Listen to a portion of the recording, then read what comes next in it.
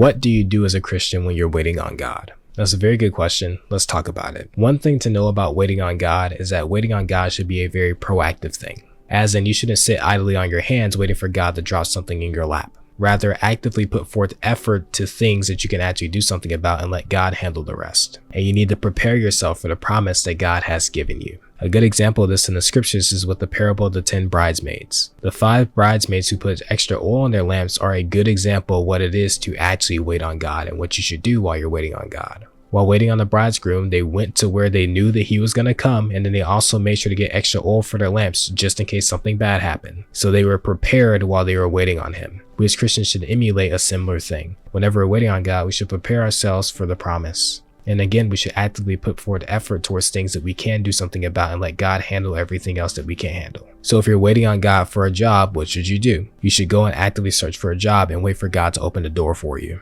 If you're waiting on God for a relationship, what should you do?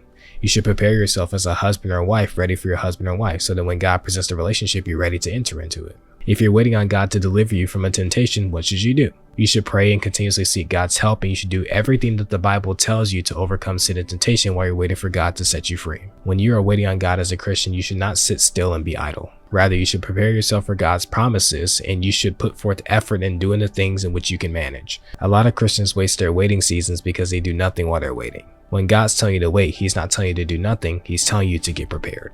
But that's all I got. I hope that this helped and this is of use to you. If you want more content like this, just go and drop a sub or a follow. If you want to hear more teachings from me that are outside of short form content, I want to recommend you join my Bible classes every single Thursday, 8 o'clock p.m. Eastern on Google Meets.